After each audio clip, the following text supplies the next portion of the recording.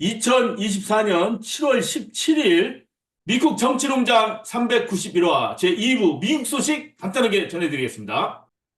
트럼프 총 맞은 거 보고 많이 놀라셨죠? 토요일 날. 네, 깜짝 놀랐어요. 예, 저도 아이들이 얘기를 해주더라고요. 연방 대법원에서 트럼프 대통령, 전직 대통령의 기소 면제권, immunity for prosecution, 기소 면제권을 인정했지 않습니까?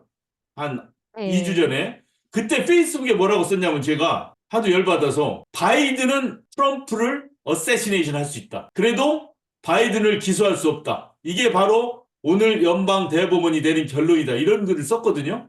오, 그게 벌써 한 3주 전, 4주 전이에요. 제가 유명하지 않은 페이스북커, 유명하지 않은 유튜버에게 망정이지, 만약에 제가 유명한 사람이었어 봐요.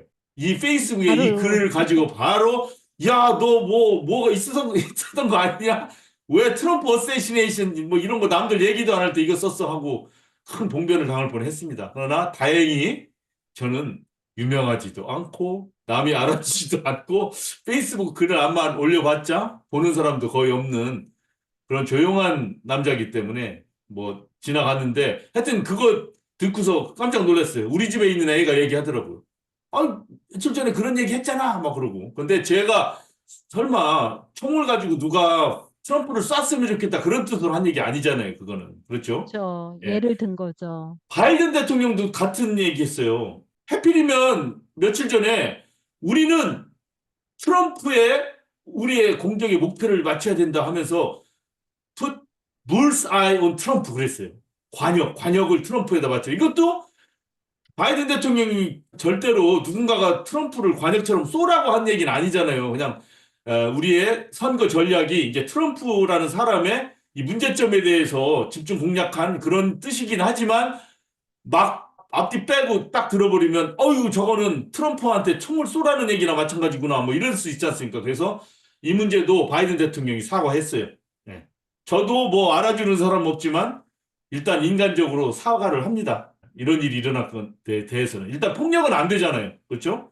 저, 그런데 오바마 대통령이나 클린턴 대통령, 바이든 대통령 다 지금 트럼프 전직 대통령이 총탄을 맞고 부상한 것에 대해서는 한결같은 마음으로 폭력은 안 된다. 빨리 치유되기를 원한다. 이렇게 다 발표했습니다. 네. 그런데 트럼프가 옛날에 낸시 펠로시의 남편분이 어떤 괴한한테 망친가 도끼로 맞고서 굉장히 위험한 지경에 빠졌었던 적이 있었죠.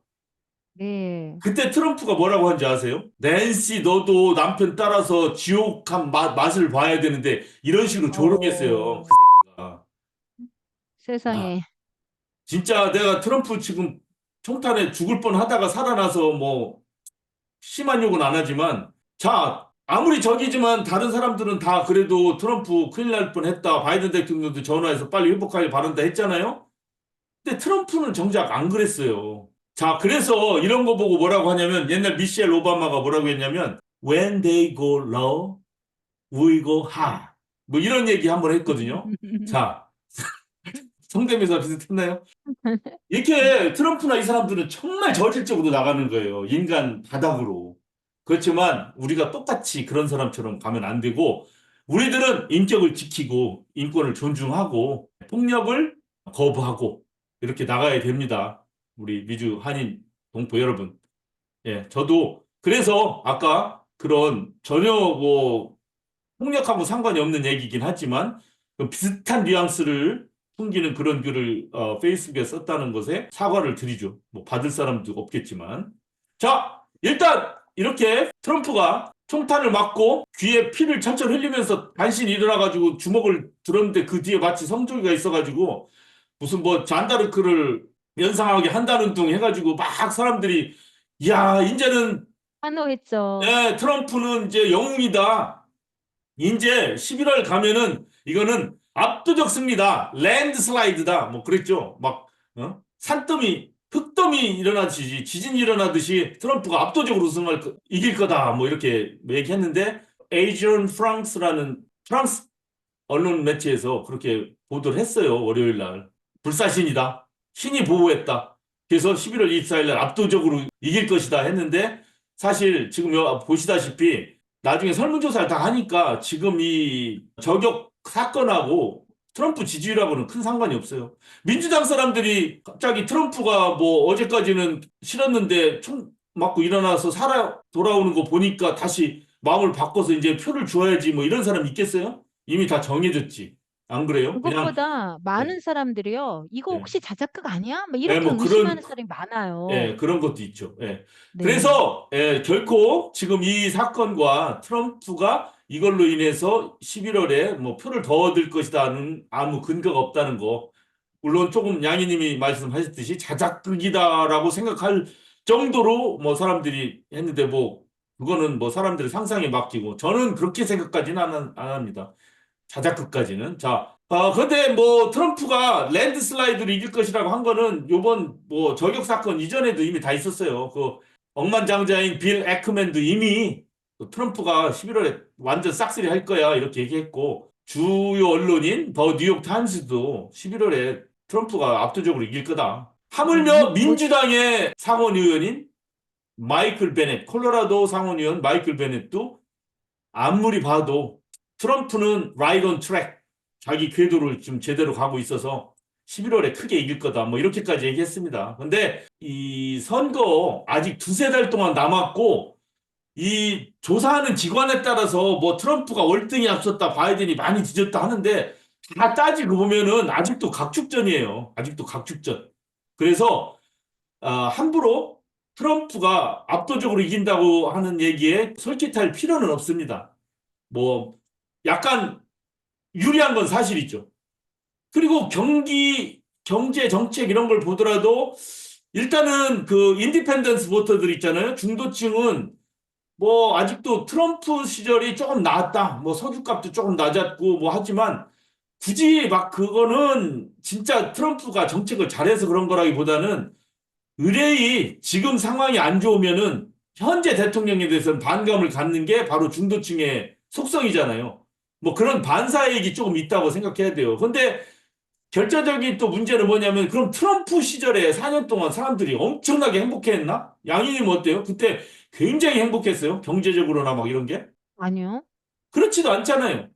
그때도 그때 나름대로의 아주 질리는 문제도 있었고 안 좋은 문제도 있었잖아요. 그렇죠? 코비드 같은 거 그렇죠. 대처하는 거 특히 굉장히 안 좋았고 뭐 이랬지 않습니까? 그래서 지금의 중도층들의 이 생각들 잠깐 현 정부에 대한 반감이 있지만 이 트럼프가 지금 처음 나온다 그러면 얘기가 달라요. 기대감이 있을 거 아니에요. 아, 트럼프가 하면 경제계니까 그 사람은 정치 경험이 없으니까 잘할지도 몰라 하지만 이미 옛날 4년 전에 겪었고 뭐 별다리 그렇게 조금 어떤 측면에서는 좋은 점이 있고 나쁜 점이 있었지만 뭐 실업률 같은 거는 바이든 대통령 때가 훨씬 좋아요 지금. 취업률이 훨씬 높고 실업률 낮아요. 트럼프 때가 5.4%인가 이렇게 되고 바이든 때 지금 실업률이 4.11% 이렇게 돼요. 어떤 점에 있어서는 바이든 시절이 훨씬 낫습니다. 그리고 코비드 때 돈을 많이 풀었기 때문에 어쩔 수 없이 위기를 넘길 수 있었고 그 결과로 지금 인플레이션이 있는 거는 그거 뭐 바이든이 잘못이라고 할 수도 없지 않습니까? 그런 거를 다 앞으로 11월까지 따지다 보면은 어떻게 될지는 아직 모른다. 그래서 트럼프가 압도적으로 11월에 이길 것이라고 얘기하는 것은 합리적이지 않다. 얘기합니다. 그 다음에 또 하나 재밌는 거 보여드릴게요. 2017년 그 아이폰 만드는 대만의 회사 있죠. 팍스콘. 네. 아이폰 공장을 왜 대만으로 가져가? 아메리칸 퍼스트 그래가지고 트럼프가 이거 봐라. 내가 미국으로 다시 가져왔어 하면서 위스콘신에 이제 삽드는 세레모니 하고 그러면서 팍스콘이 여기에 100억 달러 투자할 거고 일자리 13,000개 일어난다 그래가지고 스캇 워커 당시 위스콘신 주지사랑 폴 라이언이랑 뭐 삽뜨기 사진 찍고 막 그때 야 트럼프 최고 트럼프 최고 대서 특별했잖아요. 지금 어떻게 된지 아십니까? 이 팍스콘이 여기다가 대형 LCD 만드는 대형 공장을 세우기로 했는데 100억 불 투자는 일단 중지됐어요. 다른 방향으로 튼대요, 사업 방향은. 그래서 현재까지 그냥 6억 7천만 불 투자 정도에 그냥 그쳤습니다. 그러니까 10%도 안 되는 거죠. 그 다음에 13,000개 잡은 어디 갔을까요? 그렇게 안 되고 그냥 현재까지는 한 1,472개 잡 정도 생겼다고 합니다. 그러니까 이렇게 정치적으로 막 선동하고 막 난리가 치고 트럼프가 되니까 모든 세상이 다 이제 좋아진 것처럼 느끼는 이런 것들이 파퓰리즘의 한 부분이고 지금도 뭐 트럼프가 뭐 월등히 경제 정책 옛날부터 잘했고 이민 정책 원등히 잘해서 이제 뭐 행복한 시대가 열릴 거야. 트럼프가 재선되면 이런 것도 말짱 헛된 것이라는 것을 한번 말씀드리면서 오늘 미국 정치농장 제2부 미국 정치 소식 전해드렸습니다. 감사합니다. 수고하셨어요.